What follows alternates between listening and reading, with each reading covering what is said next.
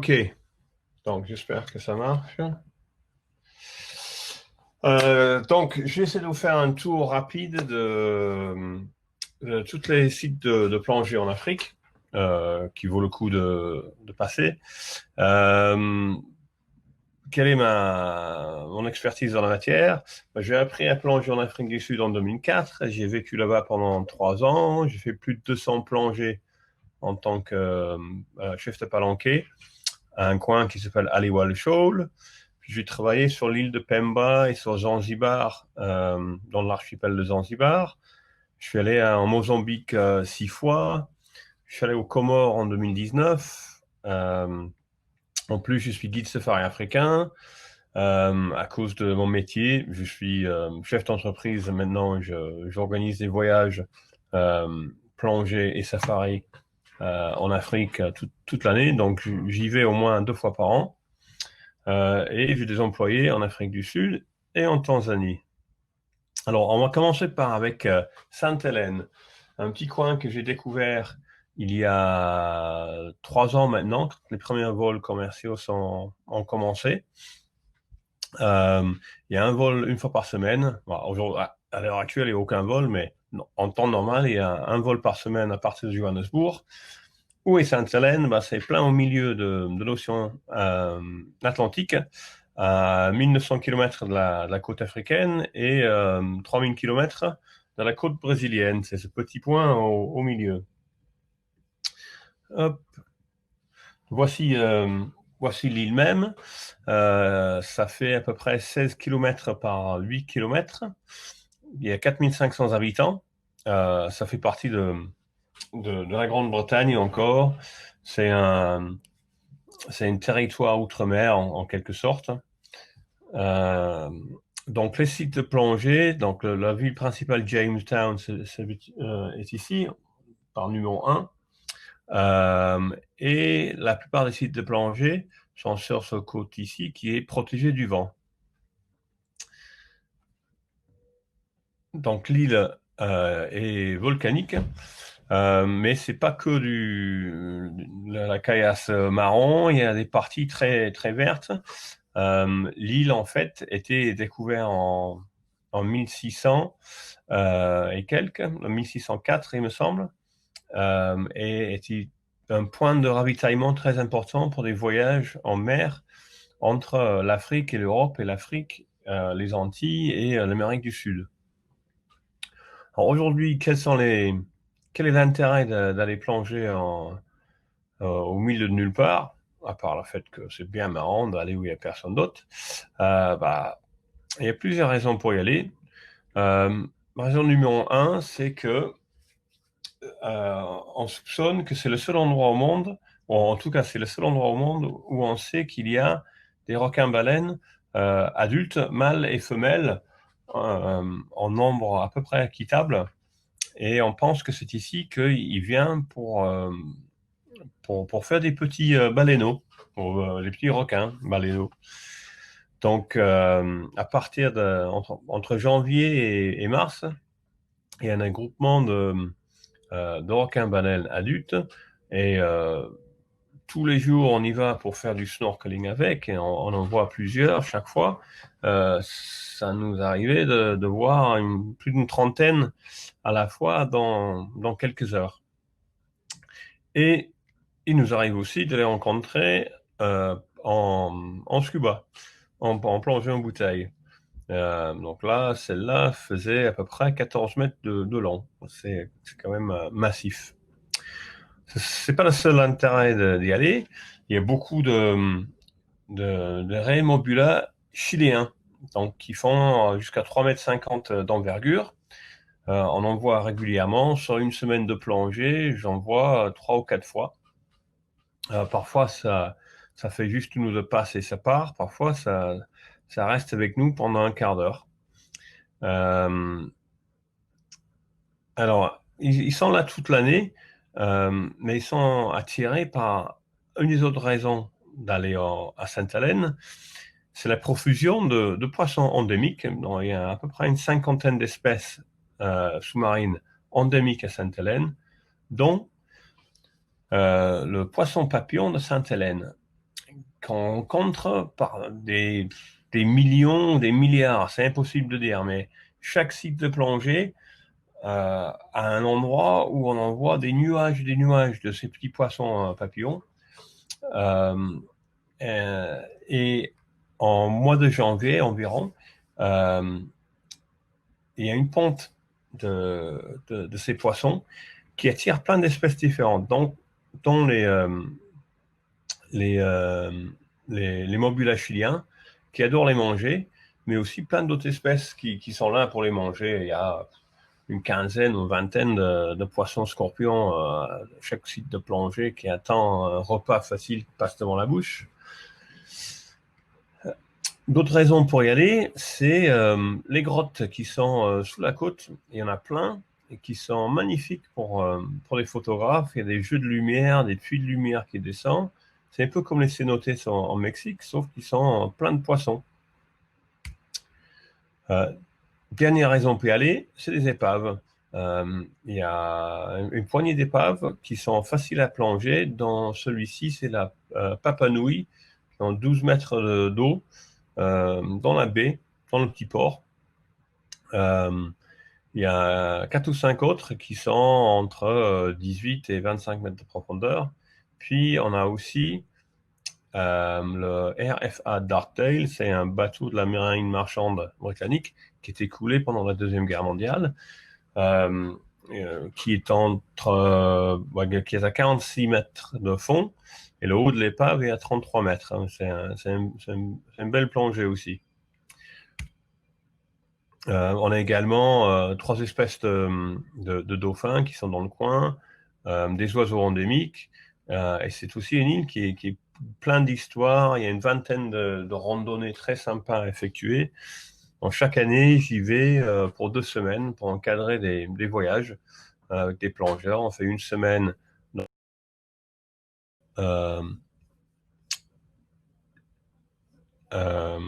avec cuisine équipée, etc. Et puis une semaine en hôtel 4 étoiles. Donc, on quitte l'île pour passer sur le continent. Donc, on va parler de l'Afrique du Sud et les spots différents de plongée là-bas. On a le Cap, la Côte Sauvage pour le Sardine Run, Protea Banks, Aliwal Shoal et Sodwana Bay. Rockdale Beach, à l'heure actuelle, il y a plus de centres de plongée là-bas. Alors, pourquoi l'Afrique du Sud c'est un endroit où il y a plein de gros poissons. C'est une belle réputation pour du requin, des raies, pour de bonnes raisons. On a des plongées à pâté et c'est facile à faire des combinés safari terrestre et voyage plongée. Et aussi l'Afrique du Sud a une très bonne valeur, un très bon rapport qualité-prix pour l'hébergement et pour les plongées. Hop. Alors donc, au Cap, on a au large, entre octobre et juin, on peut faire des plongées avec des requins bleus. C'est à 40 km au large, donc il faut y aller pendant la saison sans vent, donc de octobre à fin mai, début juin à peu près. Et souvent, on voit des requins mako également. Aussi au Cap, on a des plongées super dans les forêts d'algues avec les otaries. Et également, on a des plongées avec des requins nez plats. Dans le temps, on avait des plongées en cage avec les grands blancs, mais les grands blancs sont partis il y a quelques années. Ils ont été chassés en sorte par des orques. Et le coin autour de Seal Island, où les grands blancs aimaient se nourrir des petits phoques, aujourd'hui, les nez plats qui avant habitaient dans les forêts d'algues en très peu de profondeur ont maintenant pris lieu des grands blancs. Donc maintenant on fait des plongées en cage à côté de Seal Island avec des nez plats. Donc ensuite on a le Sardine Run, donc il a lieu entre mi-mai jusqu'à fin juillet. Bon, l'année prochaine, il y a quelqu'un qui propose des sorties à partir de mi-avril, un peu plus au sud. On va voir ce que ça donne avant d'y s'y lancer. Alors, le Sardine Run, qu'est-ce que c'est exactement? C'est en fait davantage un séjour snorkeling ou PMT qu'un séjour plongée en bouteille. Tous les jours, on va partir à 8 heures du matin avec les blocs. Mais 3 jours sur 5, on s'en sert pas. Souvent, quand on croise de l'action, ça pourrait être les dauphins ou les baleines, on est plus efficace avec juste la combi, masque et tuba, les palmes. Pour remonter tout le monde dans le bateau, avec tout le matériel de plongée, ça prend trop de temps parce que l'action bouge rapidement. C'est uniquement quand on a la chance de rencontrer un boule d'appât de sardines statique que le chef de palanquée va décider qu'on va observer l'action en bouteille, en scuba. Alors, pour être réaliste, sur 5 jours en mer, si on a une boule de sardine qui se fait défoncer par les requins, les oiseaux, les dauphins, etc., c'est le contrat rempli pour moi. On peut passer 5 jours sans voir de boule d'appât, comme on peut passer 5 jours et on voit tous les jours. Ça dépend d'une semaine à l'autre, ça change.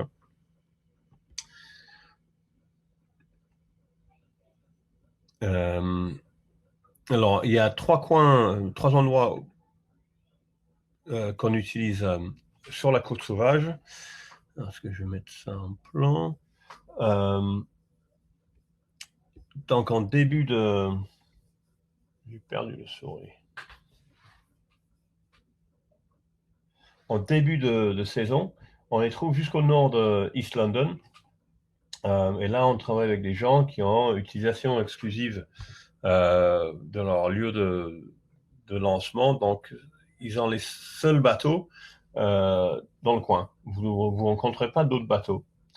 Si après on monte un peu plus au nord, on va sur Coffee Bay.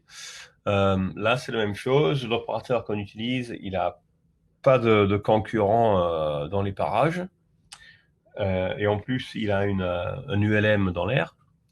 Et ensuite, on va sur Port St. John. Et là, il y a une profusion de centres de plongée et de bateaux, avec une mise à l'eau un peu plus difficile.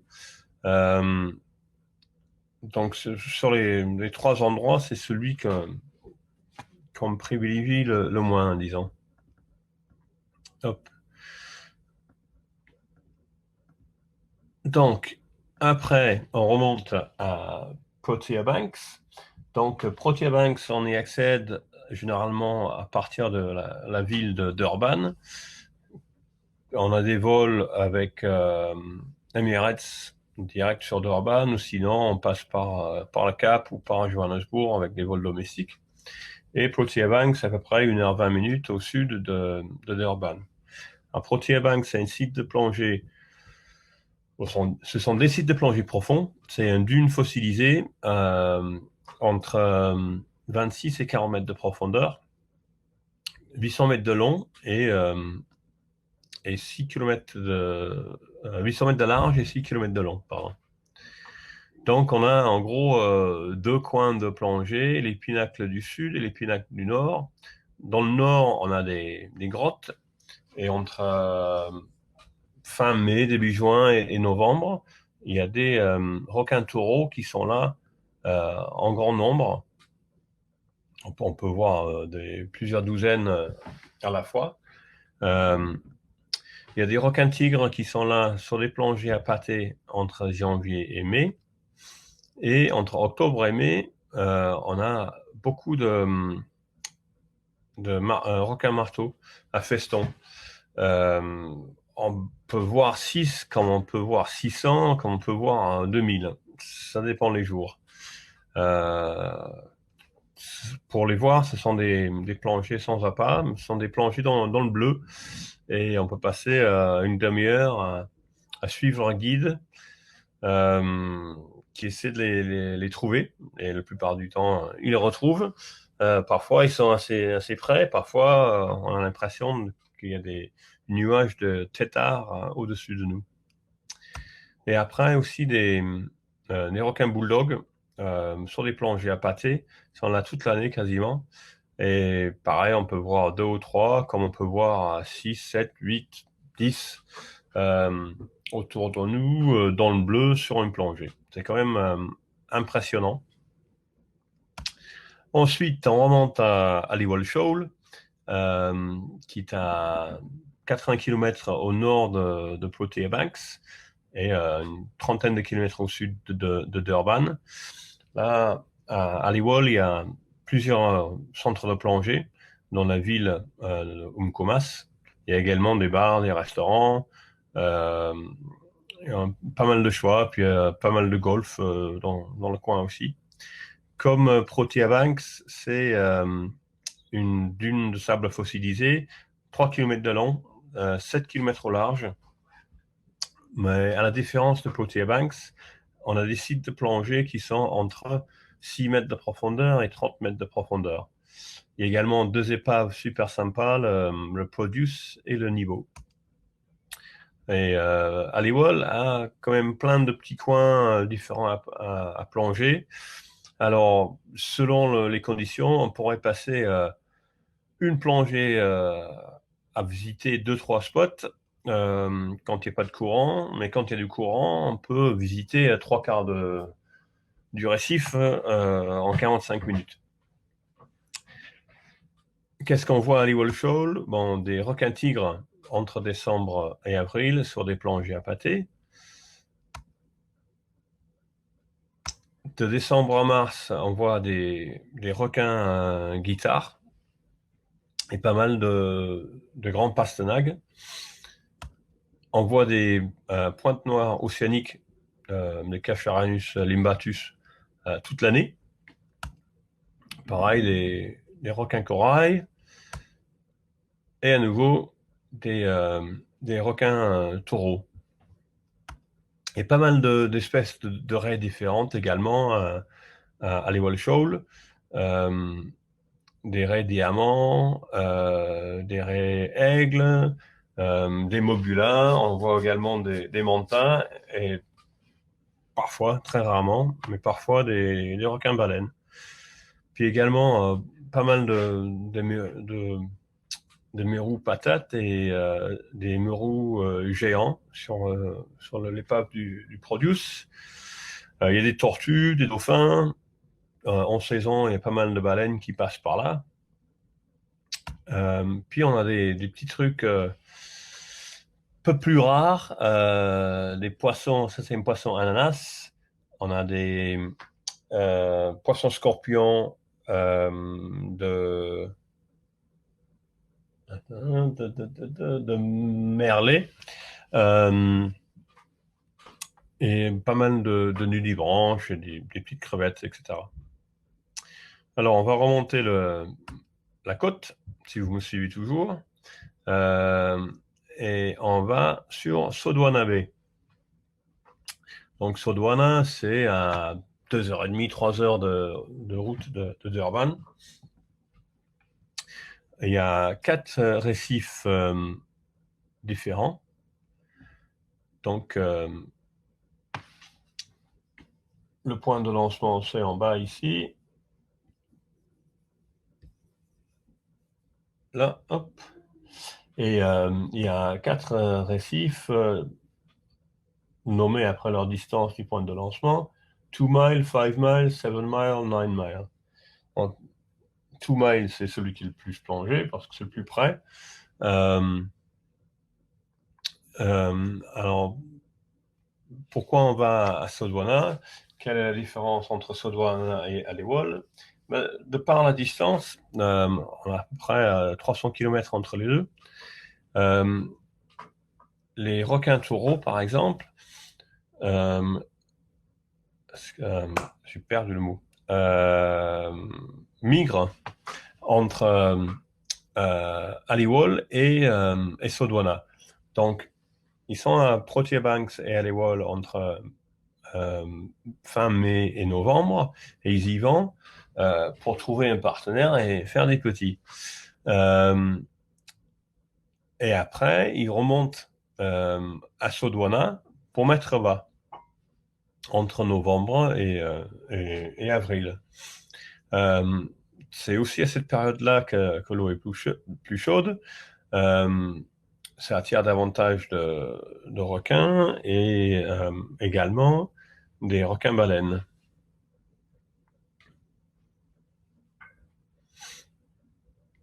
Il y a aussi beaucoup de mérous patates ici qui sont comment dire, très, très, très faciles à aborder. Ils n'ont pas peur de nous. Ils vont rester. Et si tu prends ton temps, tu peux te rapprocher à 2-3 mètres, voire moins, du mérou patate pour le prendre en photo.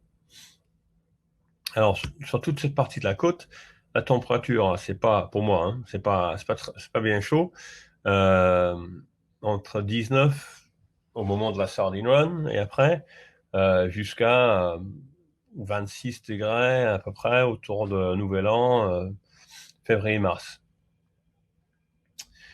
Donc, si on continue notre périple vers le nord, on arrive en Mozambique, où il y a plusieurs spots de plongée. Donc, on va visiter Ponta d'Oro, et ensuite Tofu, et puis Bazaruto. Quels sont les points d'intérêt de plongée au Mozambique? Bah, tous les spots de plongée sont sont pas des villes, sont des villages avec des petites rues en sable. C'est très tranquille. On se balade très facilement. Euh, on se sent plus en sécurité ici qu'en Afrique du Sud, malheureusement. Ce sont des vacances à la plage, des plages très sympas. Euh, alors, d'un point de vue de plongée, comment y aller, pardon. Donc, à partir de Durban, pour se rendre à Ponta d'Oro, il y a 5 heures de route de Durban ou de Sodwana, à peu près 2 heures. Et en montant vers le nord, il faut à peu près 2 heures pour relier Ponta d'Oro avec la capitale Maputo. Et de Maputo à Tofu, 5 heures de route. Et de Tofu à Bazaruto, 4 heures de route. Alors, il y a des avions qui relient Vilanculos, près de Bazaruto, avec Johannesburg et le Kruger. Il y a des avions internationaux qui vont jusqu'au Maputo. Il y a des vols entre Johannesburg et Maputo. Et dans le temps, il y avait des vols parfois entre Johannesburg et Namban, près de Tofu, qui étaient pratiques, sauf que ces vols étaient gérés par la compagnie mozambicaine, LAM. Et il y a eu pas mal de soucis avec les avions et ça arrivait de ne pas avoir de vol pendant 3 semaines. Au lieu d'avoir un vol tous les jours, il n'y avait rien. Donc pour l'instant, on fait les transferts par route, soit de Maputo, soit de Vilanculos.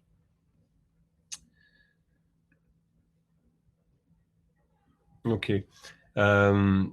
Pourquoi y aller? À Ponta, on a beaucoup de requins entre octobre et avril. Il y a plein de tortues. Il y a des plages de ponte pas loin. Il y a toujours des mérous et des raies toute l'année. Quand on va remonter vers Tofu, on va voir qu'il y a davantage de raies manta, des deux espèces, des Mobula alfredi et des Mobula birostris. Et c'est là que le docteur Andrea Marshall a découvert qu'il y a deux espèces et a fait ses recherches là-bas. Il y a pas mal de requins-baleines à partir autour de Tofu aussi, essentiellement des juvéniles, comme ailleurs dans le monde, des mâles entre 4 et 7-8 mètres de longueur. Puis il y a plein d'espèces différentes, des requins zèbres, un pastenague aux petits yeux, on appelle. Et puis à Bazaruto, il y a des requins de récif, des mantas, une nurserie de mobula et des paysages magnifiques. Donc ça c'est à Ponta. On a un hébergement très sympa sur la plage, en chalet, une plage en sable avec des dunes et des collines. Euh, donc on voit beaucoup de tortues, plein de raies différents. Euh, et si ça marche, j'ai un petit vidéo.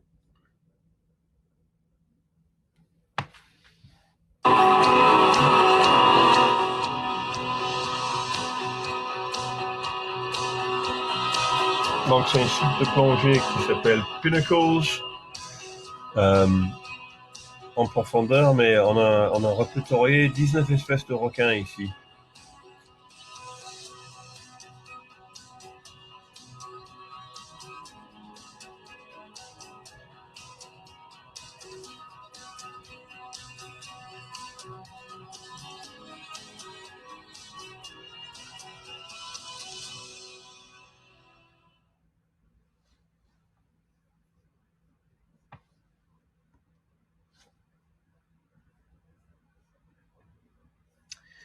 Donc,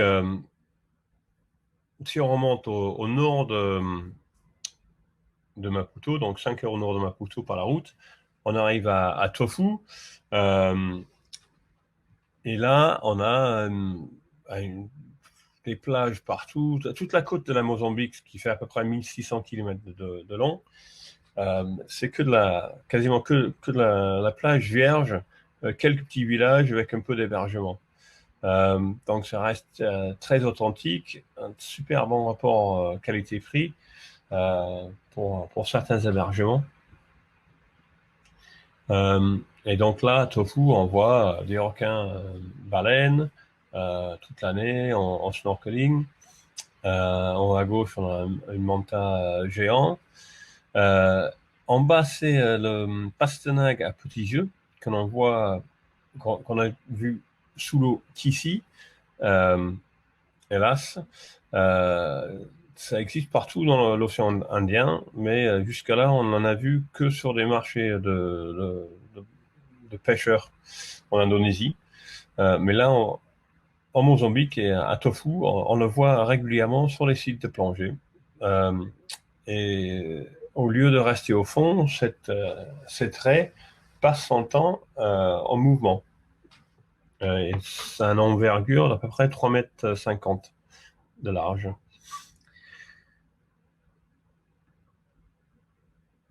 Donc les récifs de tofu sont bien poissonneux, il y a encore des patates, il y a alors en français je ne m'en rappelle plus, des Pinja snappers, euh, et puis un de mes préférés c'est des requins zèbres. Euh, Là il y a plusieurs sites de plongée où on les trouve sans trop de difficultés. Euh, on peut facilement passer une semaine à plonger uniquement à Tofu, ou on peut combiner avec Contadoro ou plus facilement les sites de plongée de l'archipel de Bazaruto qu'on trouve ici. C'est un coin super chouette. Dans l'archipel, il y a 4 îles et on peut s'héberger sur l'île de Benguara. D'ailleurs, il y a très peu de temps, un des lodges de luxe sur l'île a été voté par les lecteurs de Condé Nast que le meilleur vacances de plage ou resort de plage dans l'océan Indien, en battant tous les resorts du Maldives et des Seychelles. Donc, l'île de Benguara, il n'y a que 3 lodges dessus, pardon, maintenant. Euh, c'est vierge, c'est super. Mais on peut s'héberger sur le continent à Vilanculos et partir en Zodiac plonger les récifs de Two Mile qui sont là et le cap Saint-Sébastien ici. Donc, qu'est-ce qu'on voit à Bazaruto? La nurserie de Mobula, euh, des montagnes géants et des récifs, des grandes bandes de poissons. Euh, également, on voit des requins de récif, des mérous, tous les habitants de l'océan Hello. Indien. Euh, Hi. Um, oui, Hello. I hello. just wanted to tell you that we don't see any videos or photo. I'm Caroline from Germany. No. No one, after half an hour, no Ah, one's told me. I'll be doing this again in English okay. at 6 o'clock on the main Okay. I stage. understand French, but I'm not really good in speaking. I just were following you like 5 minutes. I'm sorry. I missed the beginning and we, No worries. So you can't see any no, slides at no, all? not at all. We just see you all the time. No, bugger. Well, you definitely don't want to see me. You want to see these amazing Yeah, but pictures it's I've got. amazing And to I've follow been, you. You explain it very well. So, shit. What a okay. shame. I don't know how to fix it because I've shared my screen like it told me to. Um, mm, mm, mm, mm. Oh, Okay. okay. I don't know what to do. I guess I just have to carry on like this because I can't. Yeah, if you can't see it, you can't see it. No Okay. problem. I was on your website, so every time you were explaining, I was like going and see everything, and there's so many pictures on it. It's really Okay. amazing. So I will follow you, and then for your next session, yeah. Ok. Donc, on revient aux Okay. Comores, qui n'est pas sur nos sites web. Je suis désolé, on vient de m'apprendre que vous ne voyez pas mes images et les plans que je pensais que vous regardez depuis 25 minutes. Alors, je voulais vous montrer les Comores. Je suis allé en juin. C'est au large de la Mozambique. C'est un petit république où il y a 832 000 habitants. Et l'intérêt, c'est l'île de Moélie, où il n'y a que 35 000 habitants. Il y a une super réserve marine, très bien protégée euh, par les locaux. C'est pas de tout pêché. Euh, Là, on voit des récifs de l'océan Indien, des coraux durs, des coraux mous en super état, plein de poissons.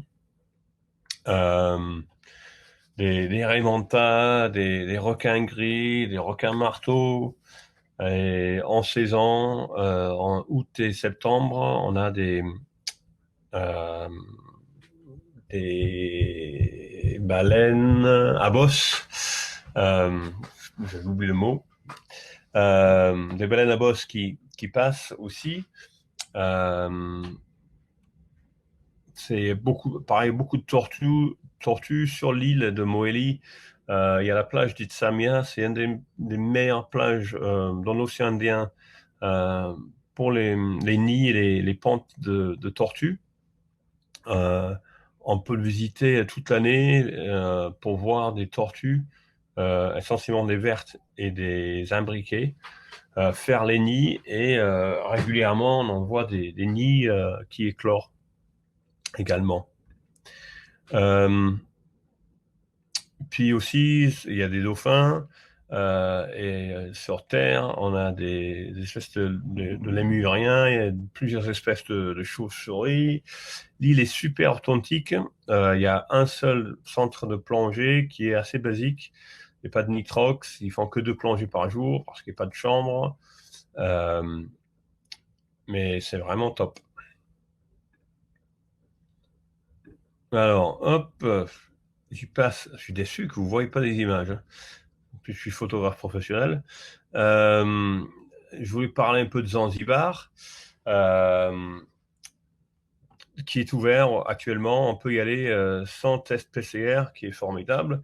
Il y a 3 endroits où les gens pensent pouvoir plonger. Il y a la ville de Stone Town, et la côte est et la côte ouest.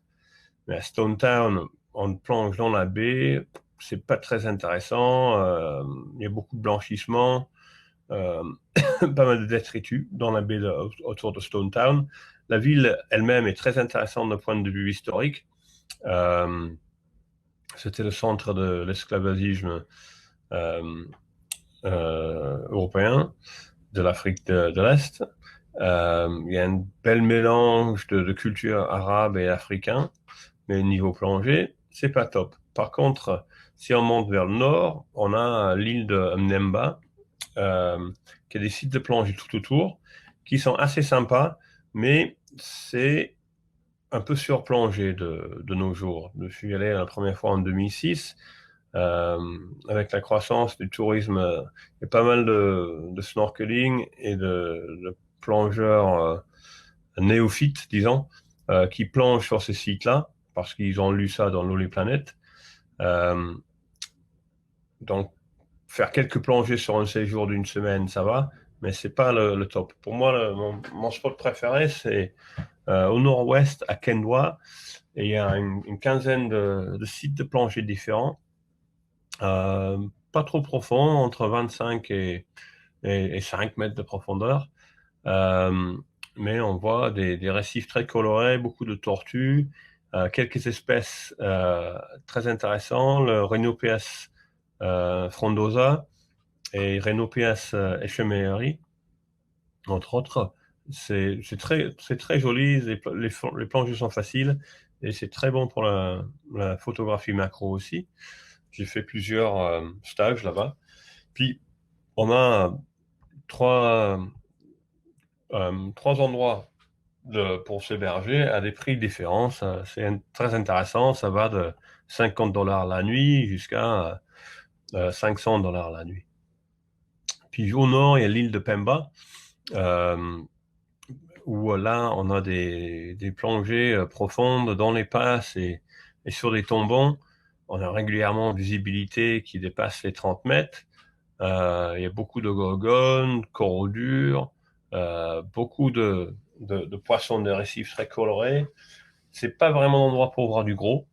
Euh, dans le temps, on voyait quelques mantas passer par là, un peu de requins, mais c'est pas très régulier. Mais pour des plongées en dérivé, sur les tambans et dans les passes, avec une super visibilité, c'est très intéressant. Et en dernier, on arrive à l'île de Mafia, au sud de l'archipel de Zanzibar. Il y a plusieurs intérêts ici. C'est sur la côte ouest, de octobre à mars. Il y a un regroupement de requins-baleines juvéniles, essentiellement des mâles. Euh, on peut faire du snorkeling avec tous les jours. Ils sont toujours dans la baie en train de manger. Euh, et de l'autre côté, on peut plonger dans la baie de Tcholé et dans les passes de Joani, Kinasi, et sur les tombants à l'extérieur, entre euh,